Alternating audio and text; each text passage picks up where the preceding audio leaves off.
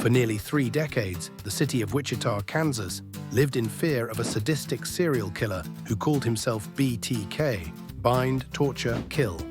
His reign of terror began in 1974 and continued sporadically until 2005, leaving a trail of 10 brutal murders in his wake.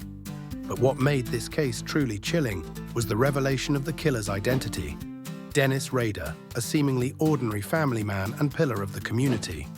The story of BTK begins on a cold January morning in 1974 when the Otero family was found murdered in their home. Joseph and Julie Otero, along with 2 of their children, had been strangled to death. This horrific crime marked the beginning of a series of murders that would haunt Wichita for years to come. BTK's modus operandi was as terrifying as it was distinctive. He would meticulously plan his attacks, often stalking his victims for weeks before striking. Once inside their homes, he would bind and torture his victims before finally killing them. But it wasn't just the murders that terrorized the community, it was BTK's taunting communication with the police and media. Over the years, BTK sent numerous letters to the police and local newspapers, detailing his crimes and mocking the authorities' inability to catch him. He even gave himself the name BTK, which stood for Bind, Torture, Kill.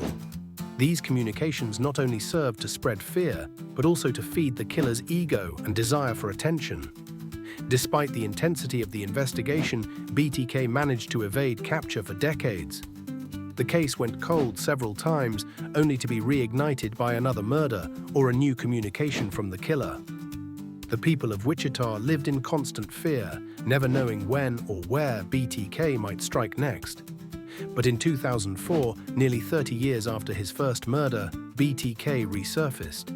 He began sending letters to the media again, presumably driven by a need for recognition. This proved to be his undoing. In one of his communications, BTK asked if he could send a floppy disk to the police without it being traced. The police, through the media, told him it would be safe. This was a lie, and when BTK sent the disk, it quickly led investigators to Dennis Rader. The arrest of Dennis Rader in February 2005 sent shockwaves through the community. Rader was not the monster they had imagined, but a 59-year-old married father of 2, a Boy Scout leader, and the president of his church council. He had worked as a compliance officer in Park City, a Wichita suburb, and was known for his strictness in enforcing local ordinances. As the details of Rader's double life emerged, the community struggled to reconcile the image of the family man and community leader with that of the sadistic killer. Rader had managed to compartmentalize his life so effectively that even his wife of 34 years had no idea of his dark secret. During his trial, Rader showed little remorse for his crimes. He calmly described his murders in chilling detail, referring to his victims as projects. His lack of emotion and the clinical way he discussed his crimes only added to the horror of his actions. Rader pleaded guilty to 10 counts of first-degree murder and was sentenced to 10 consecutive life terms. He is currently serving his sentence at the El Dorado Correctional Facility in Kansas, where he will spend the rest of his life. The BTK case serves as a stark reminder that evil can hide behind the most ordinary facades.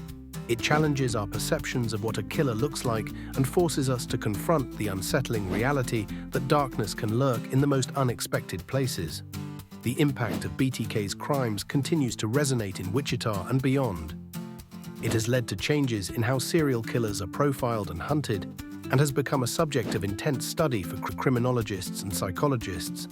The case also serves as a cautionary tale about the potential dangers that may be hidden within our own communities.